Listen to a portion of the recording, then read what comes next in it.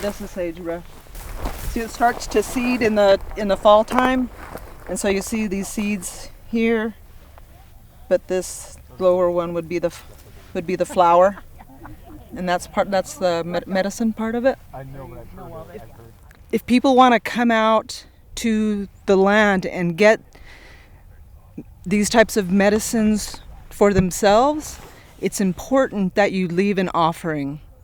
And it's also important that you don't take it all. You have to leave some. So don't get greedy or stingy when you come out to get these things, because you want to leave some for somebody coming behind you.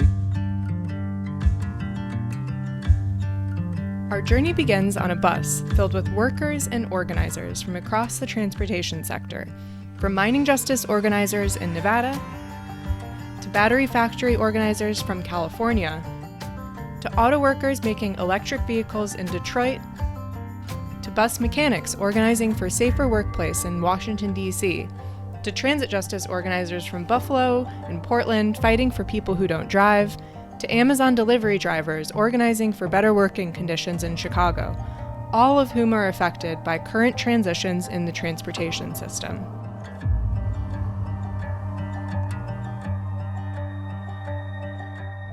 My name is Fermina Stevens. I am Western Shoshone. I'm with the Western Shoshone Defense Project, and I'm from Elko, Nevada. I've been with Metro, my transit authority, for 25 years. I am a mechanic. Our fleet is transitioning into electric buses. I'm super excited about this trip, meeting all the new people. I'm ready to take the information back to our team back at home. I'm from Chicago, been a union electrician for 25 years. Started in IBW, but now I'm UAW Local 551. So I work at the Ford Chicago Assembly Plant. Heading north from Las Vegas through the desert toward Nevada's lithium mining front lines, we shared a common goal: to understand the impact of extraction and consider how to center justice in the transition to clean transportation. The climate crisis demands a shift away from fossil fuels. And in the U.S., transportation is the top source of carbon emissions. With states phasing out gas cars, the push for electric vehicle batteries is fueling a surge in mining for needed energy transition minerals like lithium. Large-scale mining often causes irreversible damage to communities and the environment with little oversight. If we are overstressing this over and over and over again, nature is not going to keep up. Decisions made today will determine how much mining is necessary, who it will benefit, and where it will happen. We can't afford to lose anything else because we're on a spiral going down. But the energy transition isn't just about mining. It's also a chance to link movements across the transportation supply chain. There's 150,000 auto workers prepared to walk off the job this week. We're on strike, Local 551. Woo! Strike, baby! What do we want? Fairless transit. When do we want it? Now! Who are we? Who are we? From indigenous communities protecting their lands, to workers demanding better pay in vehicle manufacturing, to transit riders fighting for reliable service. Over 3 days and 600 plus miles, this group of 27 workers and organizers from across the country wrestled with one central question: what if the transition to clean transportation was centered on the demands of those fighting for justice up and down the supply chain? The U.S. could be the second largest producer of lithium in a few decades.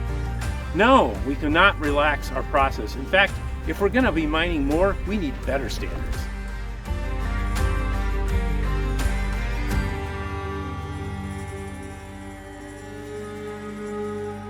Our first stop is Ash Meadows National Wildlife Refuge, about 60 miles northwest of Las Vegas.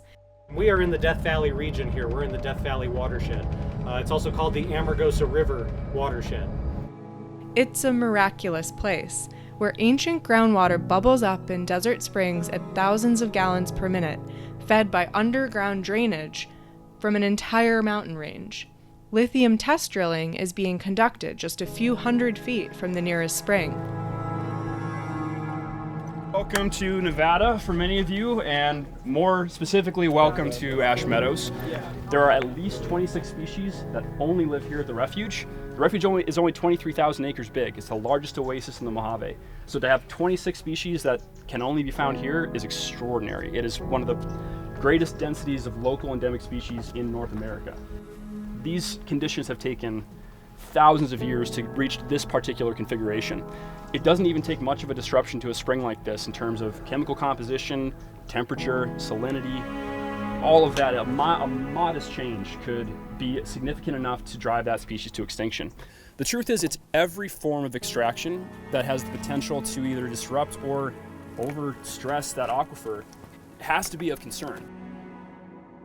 We're here to understand the risks to water resources for both people and ecosystems, and how the corporate-driven, decentralized process of staking mine claims leaves out local communities that will be impacted most. Within 5 years,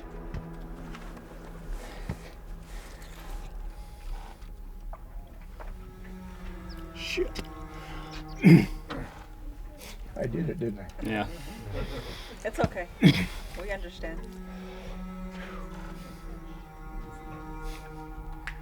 We are 1,500 people spread across all this place.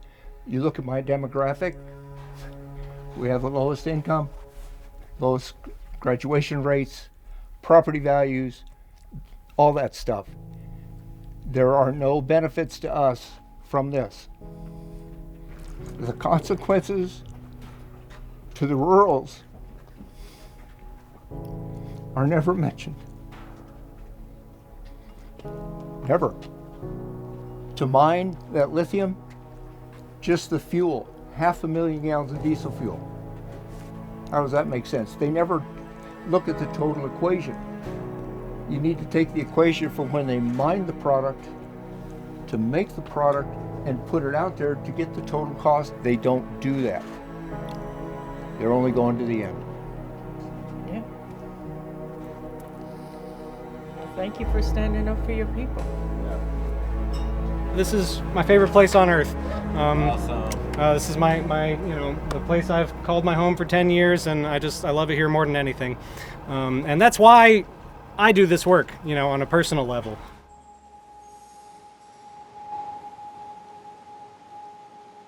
These rural communities need to be part of that environmental justice framework. That community is trying to find a way to be a part of that flow of people into the desert. The level of change here not only directly threatens these communities because of that groundwater source. I mean, the Amargosa River is the only reason life can exist out here, frankly.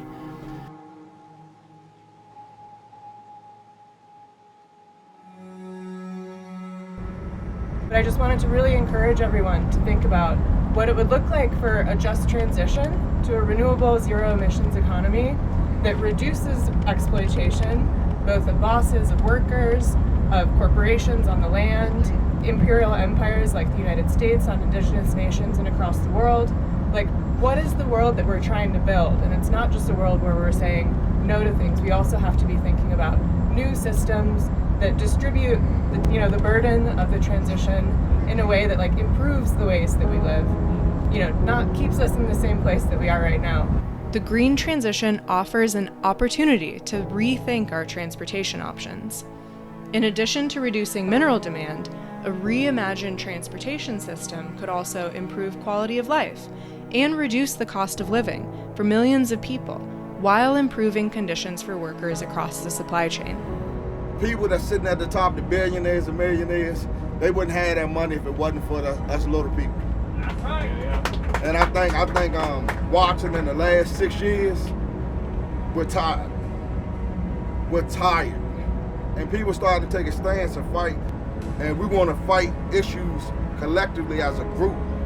What would it look like if workers really had a seat at the table when it comes to what we're making? Not just replacing every gas car. We could be making things that benefit our community and our planet. Things like electric buses, electric freight trucks, electric bikes.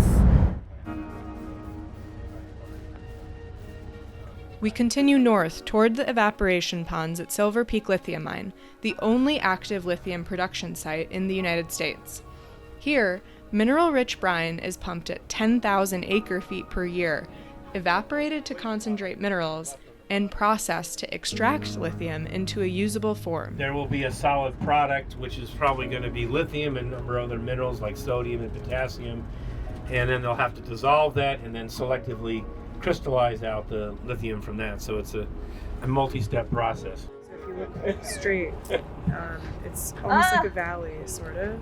And you can see the reflection of these very shallow ponds, which is how the mining operation functions and works. Is it like a water liquidy? Yeah, it's water, it's brine.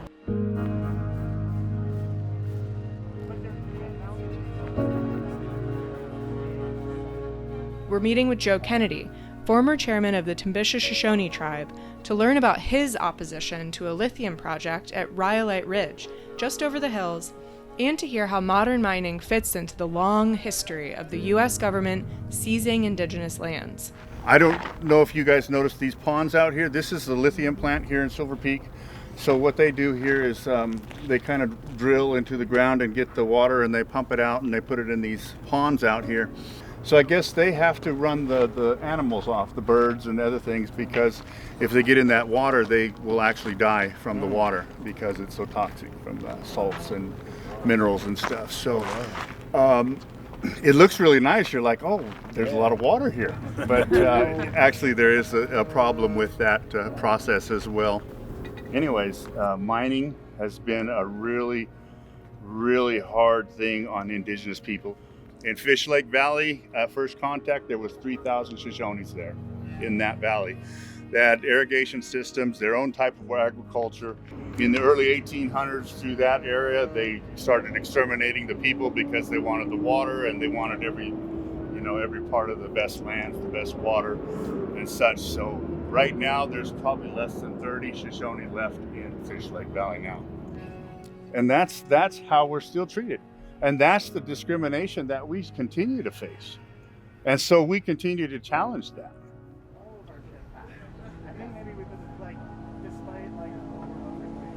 In the United States specifically, 79% of known lithium deposits sit within 35 miles of Native American reservations.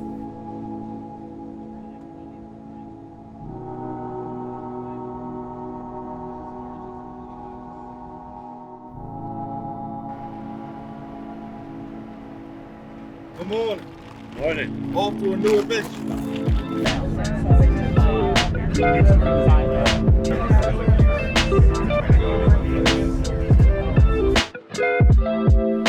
We begin day 2 with a long drive northwest towards Reno to the abandoned Anaconda copper mine, a massive open pit and deserted tailings operation overlooking Yarrington. This Superfund site highlights how short-term mining investments and broken commitments can devastate communities long-term. They talk about consultation, and the United States will, in policies and in their executive orders, they'll say that their departments are to have a robust and meaningful consultation with the tribes. But their consultation is nothing, it's not robust, and it certainly isn't meaningful. So we started using the term FPIC, free, prior, and informed consent, which I think is a little bit more, has more meat to it. But it's not something that the United States is interested in. They don't want to, they want to do what they want to do. We'll hear from Josh and Herbert Deeney of the nearby Walker River Paiute tribe, and meet Leslie Son, whose Smith Valley community is fighting for basic information about a new copper mine a multinational company plans to build just over the ridge from Anaconda. So, you're on Paiute territory. This is the Great Basin. It's Washoe, Paiute, Shoshone, but in this area it's considered just a Paiute. This mine here destroyed the water. Our tribe here, Yarrington, they can't drink their water. They have to bring water in.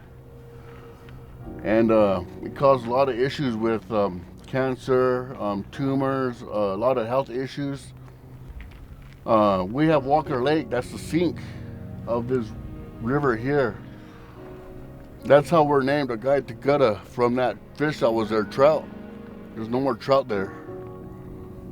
You know, that's our traditional medicine food. They said this is their land, and it's not. It's still Indian land here. It belongs to the Indians, the natives, and all they are is caretakers, and that's what we are fighting them. So to give some perspective, this pit is about a mile that direction and a half a mile across and 810 feet deep. The proposed pit for Smith Valley is going to be a mile and a half each direction and 2,100 feet deep. Oh. So substantially larger. This is a EPA Superfund site. I don't know if you're all aware of this. It's going to take years to get this cleaned up to what they say is acceptable levels. I don't think it can be cleaned up. There needs to be transparency. The community should know and understand. We should have access to the data they're collecting. I just find it hard to explain because to me it should be self-explanatory. The community has a darn right to know. That's right. And the history of mining is that they haven't been transparent. The more I learn about it, the more frustrating it is.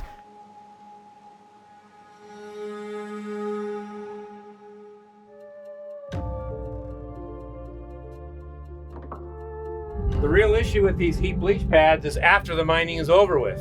Because while they're mining, they want to capture as much of that liquid as they can, because that's where they're making their money. But after it's done, they don't care as much. And eventually these liners will probably fail.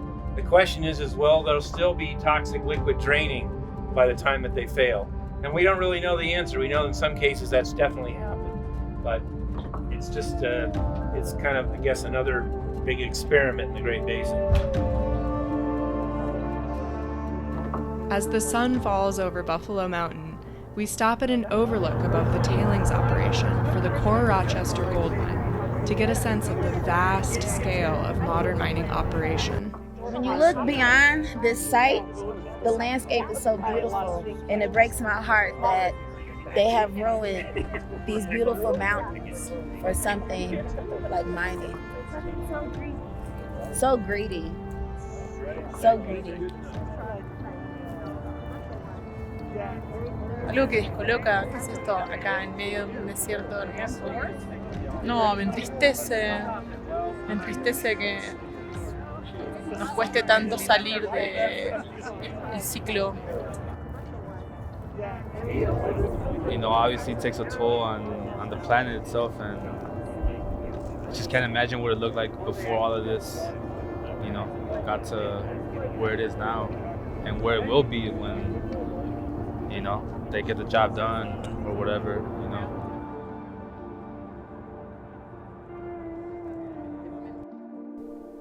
Day 3 takes us north from Winnemucca to Thacker Pass, where a controversial lithium mine is being built on sacred indigenous land.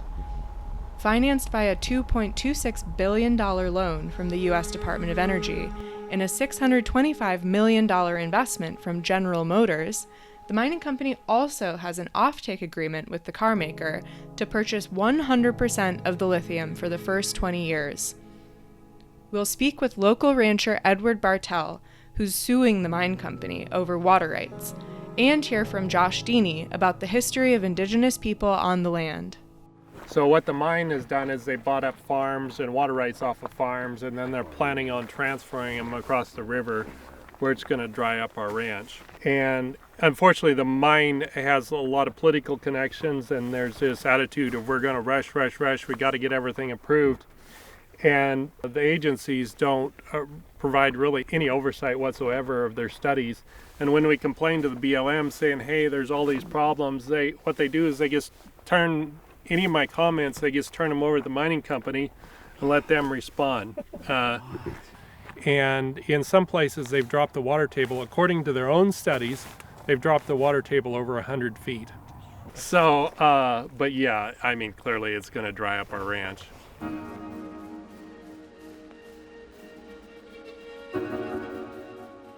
So traditionally this area is called Puhima'a, means rotten moon. That was September 12, 1865 by the cavalry. They came out early morning. Somebody tipped them off that there was an encampment here. So they came and just started killing the relatives. So when we talk about the significance of this land, the bloodshed is what we think about. We just remember where the relatives, where they died. It's sad for me because we would camp out here, it's nice. Now there's signs that says no trespassing. How are we trespassing on our own land, Our relatives that were died here. So even when we come up here, we're stressing out, worried if we're gonna get harassed by security or by these people. But all we're doing is bringing prayer, asking for healing, back with the land, and asking to change the minds of these people that are wanting to tear this up.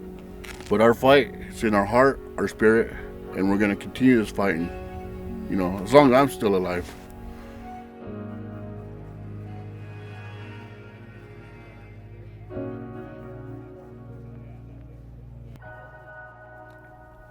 I think that the one thing that I've learned, and the one thing that I think that a lot of eyes have been opened, through this tour, and I think people now have a better understanding of what actually happens on the ground and where this lithium is actually coming from and at what cost. That made me emotionally this is peoples and this is communities, but taken over by companies and government and causing so much pain in community. The bottom line for these companies is just to replace every gas vehicle with an electric vehicle. And that's just not sustainable, especially with the impacts that we've all learned about this last few days with the mining of lithium. Us workers should be leading this just transition to battle climate change. As transit advocate and a transit dependent person, I feel like instead of doing all this lithium, all this electric cars and all that stuff, they could find a different solution to put more transit. If current trends continue and everyone drives their own electric SUV, we will need far more lithium than if more people could choose smaller electric cars, electric buses, or bicycles.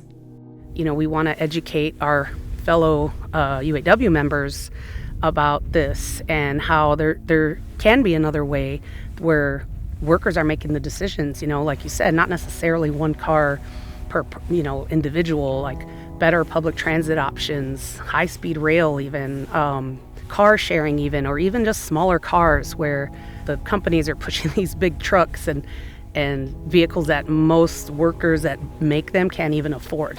While some mining is necessary to electrify transportation, we don't have to settle for today's corporate-controlled, car-centric system. Instead, we can invest in public transit, build walkable communities, create car-sharing programs, promote smaller vehicles, and recycle EV batteries, dramatically reducing the need for new mining. Modeling shows that if we can shift more people out of cars and onto electrified transit like e-buses, bikes, and walking, use smaller cars, and implement battery recycling, we could reduce the total amount of lithium that will be needed in the year 2050 by 92%, compared to a worst-case scenario of even bigger electric vehicles, continued suburban sprawl, and no recycling. That means fewer new mines and less impact on communities and ecosystems, while rapidly meeting our climate goals. I didn't understand the supply chain, at first when I was thinking about it before I got here, but then after talking to everybody, I'm like, okay, I get it. There's this chain of things that are happening, and we're all involved in that chain somehow. And I think that's our connection, and that's what I've learned, and it's really cool. That touches my heart, because I have great faith that everybody who is a part of this tour is going to take it home and share their experience, and that's how the word is going to spread and how the movement is going to begin, is just people knowing and understanding what's actually happening. We conclude our journey outside of Reno with new understandings of struggle and inspiration across the supply chain. Now it's time to take what we've learned back to our communities and continue our fights with a new sense of solidarity up and down the supply chain. A lot of the times we talk about how without Amazon drivers there would be no Amazon, but without the sacrifices that folks pay here there would be no society or political economic reality that we've gotten used to, right? So that really kind of put the problem on the table for me, right? Because as Amazon drivers, it's like, look, even if we're the good guys in the fight, whether we like it or not, we're still participating and part of this apparatus that drives the exploitation and devastation of these landscapes out here. Right, the fight that I've been that I feel very blessed to have had shared with me by folks like Fermina, by folks like Josh. I know that this is a fight that our folks back home can relate to too. It's a fight for survival, right? And so as soon as we're able to bring those messages back to my people, I have no doubt in my mind that they're going to want to buckle down and get their hands dirty and be fighting for y'all too, right?